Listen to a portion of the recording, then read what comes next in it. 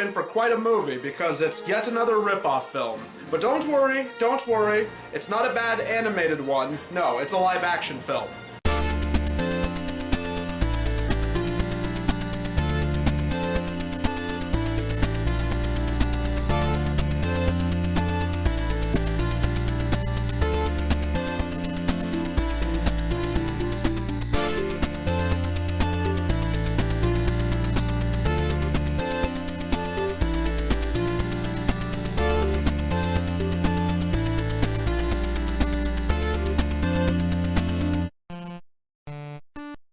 I actually don't know too much about this film.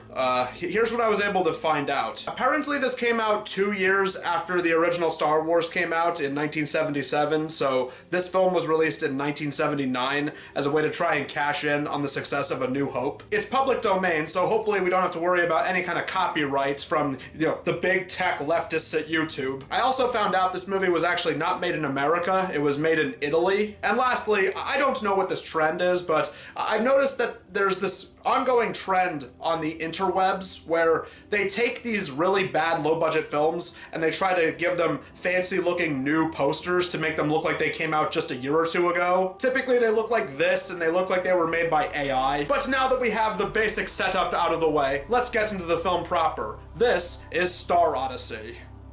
The movie begins with plain white text against a black background that's supposed to be space. We finally head into a spaceship that's clearly meant to be the poor man's Millennium Falcon, and the inside looks like the poor man's Death Star. As it seems they spend most of their day playing old video games before they became all violent and woke and stuff, as well as talk to people on this video monitor.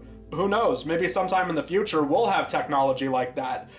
Could you imagine talking to someone far away from you with a video of the other person on a screen?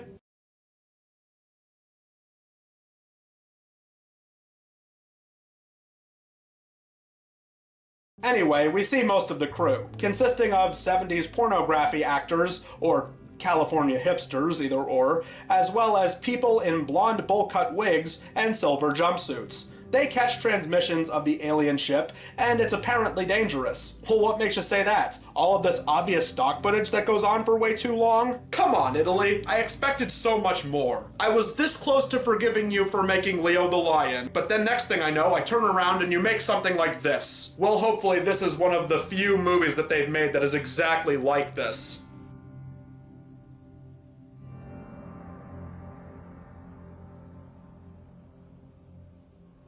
Soon enough, the crew get word about the other ship and what exactly is going on with all those explosions down on Earth through a lot of exposition.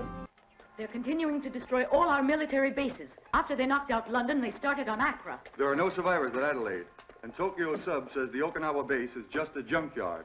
And now it's time to set up our main hero. He has a degree of intelligence that puts him about 2 centuries ahead of everyone else. Why isn't he working with us?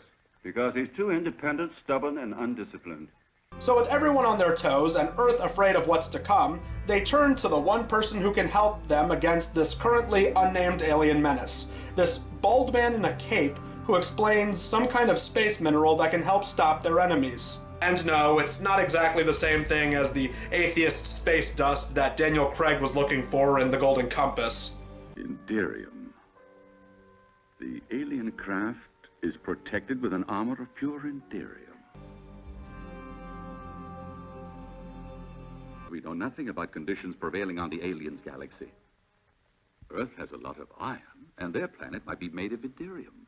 But, Uncle, inderium is practically indestructible. Technologically, they may be ahead of us, but I think that... Just a minute. I'm sorry, what kind of conversation flow is this? Do you think they told them what to say just 5 minutes before they started filming? Or maybe they told them what the scene was about and they just had to make up the dialogue on the spot? Or who knows, maybe it's just a bad translation of a film that was made in a foreign country as a desperate attempt to try and cash in on a really big science fiction film that came out just 2 years prior. Anyway, once he's done with all of his talk of Indurium, he says his plan is to form a group of intergalactic warriors who have telekinetic abilities just like he does. So in other words, it's just the Force without actually being called the Force. First up, we have that guy they were talking about earlier, our not Han Solo for the movie, called Hollywood. Why give a character in a sci-fi movie a name like that? I don't know, beats me. They also introduced this trash can robot who's clearly supposed to be the poor man's R2-D2. So now, the bald Professor Cape Man needs to convince Hollywood to join in on this plan. Does he really need that much convincing to join their crew? What does he have to gain if he doesn't join them? If he doesn't join, then the whole world is gonna be destroyed. Also, I hope you like audio that's recorded in extra echoey rooms, because there's a lot of it in this movie. I'll do what I can. But on my conditions only. Since Hollywood is not interested in joining, the bald man just hypnotizes him into joining because, of course, he has that ability. He is a professor, as well as a wizard, a space lord, and he also has a cape, so just go with it.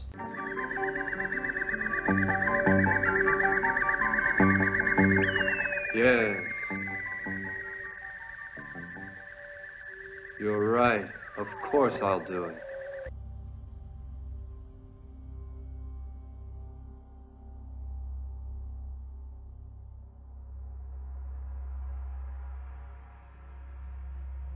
Our next warrior is a man named Dirk, and with a name like that, he is definitely a former adult film star for sure, and that mustache is not helping. And even though he's one of the alleged good guys, he is immediately being pursued by authorities for using the Force to win at gambling.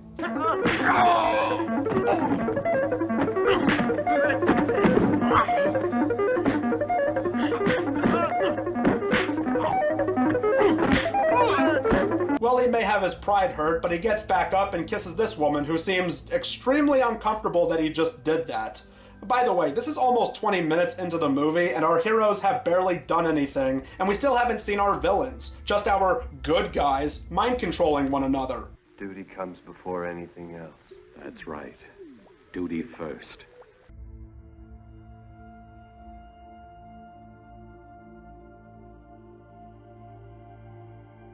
While all of this is going on, we finally see our main villain, a lizard man who is plotting to buy the Earth in an auction. Despite this hive of scum and villainy plotting to get their hands on the planet, it all goes to the lizard waffle-face man. If anyone wants slaves, you can place an order at my house during the next rota. But do not delay. I shall depart for Sol 3 on the first Aldis of Odyssey. Wow, this movie is edited worse than one of my videos. Our heroes head down to Earth to assess the situation in a junkyard, appropriately enough. Here, Hollywood and not Princess Leia, with a poofy haircut, meet up with the comic relief of the movie. These two duck-looking robots who quickly get on your nerves. I wondered if I'd ever see you again. I'm sorry our suicide pact was a failure. It was such a romantic idea, and I know how hard you tried to make it work. I don't mind, Tilt. One can't have everything in life. By the way, Tilly, I must have a splintered crystal in my memory bank. I can't remember why we made a suicide pact. You can't remember. That thing. Look, Tilly, a prehistoric cave robot. I've never seen anything so ugly. I say creatures like this shouldn't be allowed to run around loose. They ought to be kept in zoos.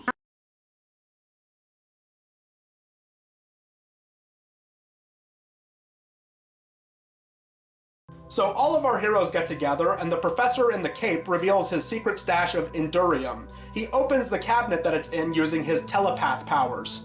A bit unnecessary, but okay, I guess. Some of the heroes are sent to go dig up more Endurium, but it seems they're more preoccupied with obnoxious robot comedy. Just that if you get jealous every time I wink at a cute calculator... Who said anything about jealousy? It's a question of robot dignity. Have it your way, but let's not argue about I'm it. not arguing. You're the one who's arguing. Now you see, this is exactly why we need to look down on robots. I talked about this years ago when I did a video talking about the future episode of VeggieTales where there were robots that were taking over everyone's jobs. But that kind of thing happens when you allow this to run rampant. Why don't we carve our names on a tree, in a heart?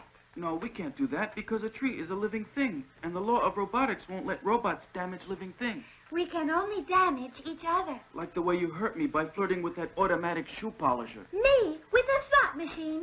Never. You know, I'll be one of the first people to stand up for robots and all, but, oh boy, these two are not doing robots any favor. They're pretty bad. They're pretty awful, I gotta say. Our heroes are soon surrounded by these blonde Mo Howards from earlier. I also found out they're supposed to be androids. Not like it really matters, or they even tell you a lot of this. Here, we get the obligatory poor man's lightsaber fight. The only way that this could be any better is if it was in a public parking lot and it was filmed with a potato. Pretty delicate, these androids, huh? Let's go before some more arrive. Ha! After a minor shootout with these guys, and finally getting their hands on some Endurium, they return to the bald man. Went away because they thought we were dead, but those creatures aren't human. They're androids. I saw the evidence with my own eyes. One of them broke in two, and he was all filled with gears and wires and electronic stuff. And instead of showing us this, they just explain it to us. They finally go back to the evil lizard guy, and honestly, not much happens. It's just a lot of talking. Hey, maybe if you were talking about something political, like trade routes, then I would actually care about what's going on. The professor ends up getting abducted, and now it's up to the heroes to go save him. And yes, that even includes the robots. Stu, let's get out of here. I'm frightened. There's nothing to be afraid of. They're not programmed to recognize us. They can't even see us. Well, this one must have the wrong program. Here's a concept. Maybe you both got noticed because you're both talking out loud. Despite those two being the worst characters of all time, they managed to rescue the professor. Okay, what could possibly happen now? Well, the film's conclusion is a big epic fight scene with everyone in fighter ships. You know, just like A New Hope. Except this time it was made on a budget of $5, considering these toy rockets that they show off, along with the obviously stolen footage. The good guys and the bad guys shoot at each other, and it's very helpful with all the ships looking exactly the same. Yeah, that's not confusing or anything. Even in the great days of Hollywood, no movie star ever died so heroically. So wait, the not Han Solo dies, but the lizard waffle villain man gets to live? Seriously? Oh, whatever. Blah, blah, blah. Little Dirk and Princess Farrah Fawcett get together. The professor talks about eternal peace and harmony and everyone getting along. Oh, and of course, we end with those two terrible robots again. I finally remembered why we wanted to commit suicide. Really, Tilt? Yes, because you could never prove your love by going all the way with me. That's right. Now I remember, too. I can make some little design changes, adjust a few details, and you can prove your love like any other people.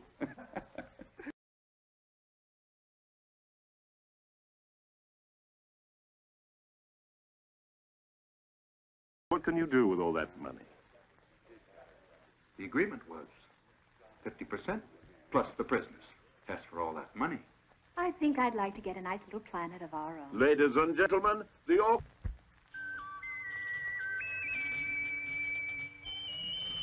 Okay, alright, that's the end of the movie. Sure, I'll take it. So that was Star Odyssey.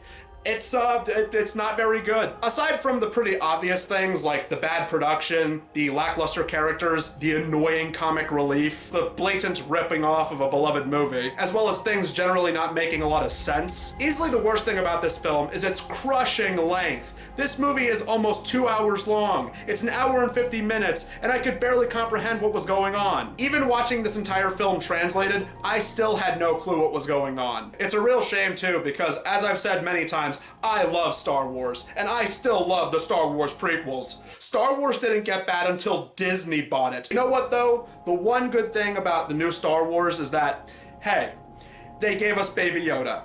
If there's anything that I love more than talking about politics on the internet and getting into fights with random people on Facebook, it's looking up cat pictures and pictures of Baby Yoda. Have you seen Baby Yoda, Maymays? I'm not entirely sure what we're talking about next time. Knowing my luck, it's probably going to be something from, I don't know, Video Brinquedo or Sparkplug Entertainment, because apparently my bosses just love to force me to watch movies that they know I'm going to hate. Well, as always, may Jesus and May the 4th be with you. Shut the fuck up. No one cares about your robot fan fiction. Know your fucking place, trash. Fucking robots. Don't give a fuck about no robots. They ain't got no soul.